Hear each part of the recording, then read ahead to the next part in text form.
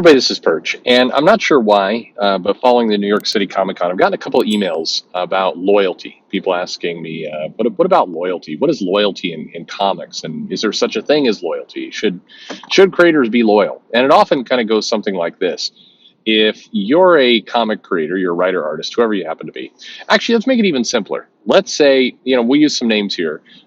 These are for examples, but it'll help prove the point, or explain what's going on a little bit better. Let's say you're Greg Capullo, all right, and you work with Scott Snyder. You've got a book out right now, and obviously you've worked with him a bunch in the past. Okay, now let's say you're Greg Capullo. You don't really get involved in much of anything. You kind of, and when I say don't get involved, I mean social media wise. When people are having various fights, you're never in those fights. You're busy drawing. What are you doing? You're not getting in there like, hey, let me give you my opinion on the Warren Ellis situation. You're not getting involved in any of that. You're drawing your thing. You're doing your thing. Most of the time, your social media activity is posting up like pictures of pencils, or you crop out everything in the image except a foot, and then you're like, hey, guess what I'm drawing, so people can kind of guess what you're drawing from the foot. I mean, this is kind of what you're doing, and all's well. Now, let's say that your compatriot, the person that you're working with, Scott Snyder. Let's say he gets involved in a fight, and the origins of it. Let's say he says something kind of snarky, and then some fans come back on him, and he says something more snarky. And in response, he starts blocking people, and then suddenly, like 200 people are attacking him. Let's say it's 20 people and 20 bots, but whatever. It's a bunch of people just start piling on Scott Snyder. Okay, let's say one of those people piling on Scott Snyder is Fred, this imaginary person, Fred.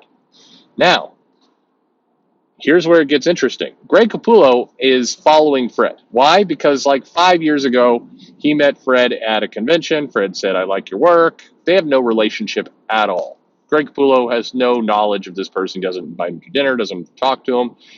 They're at a convention. The guy's like, oh, Greg Capullo, I love you. And Capullo's like, oh, I love you too. And then they kind of like, thank you for buying my stuff. And the guy's like, I'm going to follow you on Twitter. And Capullo's like, not giving any F's. He's like, sure, I'll follow you too. And that's the end of it, right? But several years later, Fred is taking the piss out of Scott Snyder by going, hey, jerk, you blocked all my friends. You're a jerk. Your head's too big. You've got a big ego. You're not the guy you used to be. Screw you. That's what's going on. At what point does Greg Capullo weigh in on this now? Okay, with that scenario I just described. Is it A, never, Capullo just continues to do whatever he's doing, ignores all of it? Or two, does Capullo go, oh man, this person that I'm following, this person is attacking my friend, my person I work in comics with. I have to step in there to defend my friend. At the very least, I'm going to unfollow that guy, and I'm going to block him, and maybe I'm going to say, hey, you used to be cool yourself, man, but now you suck, and you're going to block. This all, by the way, just saying this stuff out loud reminds me of 7th and 8th grade, right? I mean, how could it not? This is the goofiness of social media and comics in general. Is it like whenever given a choice, comics elects to, it's not punching down, it's behaving down. It's like the dumb. This is the Tide Pod challenge of life. Is comics half the time, because you're acting like just middle school idiots. But anyway, okay. So what do you do? Well, here's the mails I've been getting is like, hey, I'm following somebody, and that somebody is now attacking somebody else in the industry. And should I be loyal? Should I be loyal is the word. And I think it's the wrong word. What does this mean? Loyal? First of all, we're talking about a middle school level spat that's going on Twitter. Does this even, is loyalty even a word that comes into any equation here on this stupid hellscape of a platform that is, its only purpose is to share stupid jokes about Arby's. That's the height of what Twitter will ever be, is basically making jokes pro or con about Arby's. That's as good as it gets where Twitter is concerned. But what do you do? Now, most of you may be listening to this entire thing going, what the hell? Are these adults? Sorry, these functional human beings that have insurance and in theory, savings accounts and are trying to save up to, but that is the crux of what's going on. We talk about the comic quote unquote community. It's a bunch of stuff like this. It's, hey, I'm going to do some crazy hot take, usually about politics, because people can't shut the fuck up about it. And then somebody's going to come and have a differing opinion on my hot take on politics. I'm going to call them a jerk. We're going to turn around and say you can't treat customers that way. And then we're just going to like pee at each other. I have had the experience, by the way, and I'm sure some of you have, of like going into a bathroom at a sporting event and two drunk dumbass fans. They're drunk people in any kind of venue where there's a lot of just drinking and silliness and stupid. And that's one reason why I don't like going to baseball, other than the sport itself is mind-numbingly dull. But it's also a place where you often sit outside in the sun. The only thing you can do is get hammered. And then the sun's beating down on you. The food's garbage. They're not eating that. So by like the seventh or eighth inning, you have no idea where the hell you are. And I've gone into the bathroom and I've seen two grown men having a pee war sword fight at each other because they're too hammered to know any better. And one of those dumbasses like turned and started peeing on the guy's shoes, and the other guy's like, "I'll get you back." That's what all this feels like. By the way, I've also gone in. I don't know if these still exist, but when I was younger in the 80s and 90s, it was, man, I won't say common, but not uncommon. You go to a sporting event, or you could go to a movie, and you go into the men's bathroom, and instead of individual urinals, there's what's called the trough. And the trough was the grossest, stupidest thing. It's like a giant pee bathtub bolted onto the side of the wall. And whoever thought that was a good idea, I have no idea. But I'll tell you what, you have not lived until you've walked into one of those bathrooms and seen somebody so hammered, they have mistaken the trough for a toilet. They're just sitting in it, doing the business they shouldn't be doing in the trough. That is, men are dumb. I'm the first one to admit. I don't know. Maybe this goes on with women too. I'm sure it does, but good Lord. Anyway, that's every time these brawls come up in Twitter, and more importantly, every time people are wrestling with these giant ethical dilemmas of like, oh my God, am I supposed to unfriend him or block him, or should I weigh in on this? Or like, I'm Mitch Gerards, and somebody's telling Tom King he's a dick.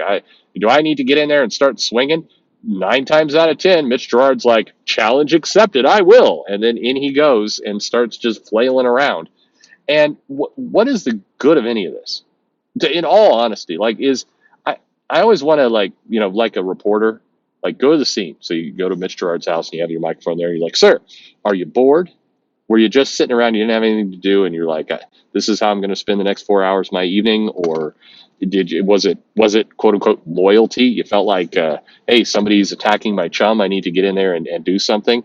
Is this what it's like if you're out for a night of drinking and somebody says, hey, Tom King, you got a big bald spot there in that hat you're wearing, isn't hiding it.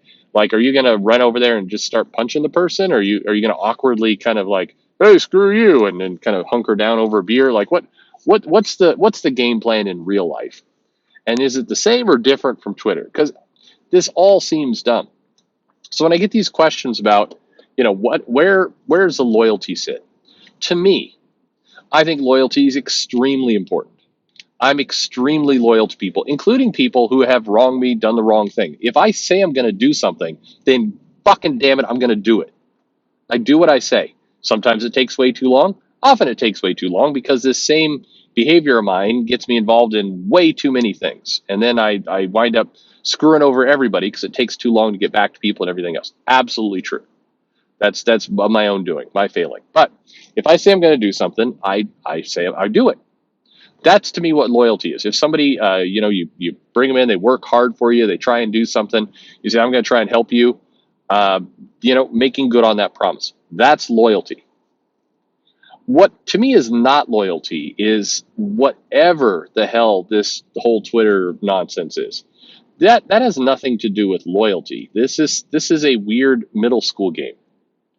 The idea that, if you're following someone and the person you're following is, involved in some P match with, somebody else that you're with. I mean, here's the crazy part. I can actually get some of this if you're, again, like Greg Capullo, Scott Snyder. These two are tied at the hip. They are constantly doing events with each other. It's a bromance, right? That's not me throwing shade at them, by the way. They describe it that way themselves. If you're Donnie Cates, Ryan Stegman, tight connection. Mitch Gerards and Tom King, absolutely tight connection there. But if you're, say, I don't know, Greg Capullo and Vita Ayala, there's no what is even going on there? Nothing. So if Vita Ayala does a super hot take, right? They're off there spouting this hot take, and people are attacking that hot take. If you're Greg Capullo, what are you jumping in on? That's not loyalty. That's just, for whatever reason, getting involved in a fight that has nothing to do with anything. Now, to be clear, if somebody's up there posting just crazy over the top racist, just hate garbage at Vita, sure, I can understand somebody going, well, I'm going to get my distance myself away from somebody who talks like this. Sure, no problem. But if Vita is up there writing something like, this is how you talk to writers at conventions, with some kind of long, boring lecture, and somebody comes in there and goes, you know what, I don't, go to hell. Like, this isn't a loyalty thing, I guess, is my point. I think the whole concept of loyalty is bizarrely defined and laid out, particularly when it comes to social media, in my view. Anyway, what do you think? Loyalty, not loyalty? Where do you draw the line? What is it you're doing? Let me know in the comments below. Like and subscribe, of course, and thanks for listening.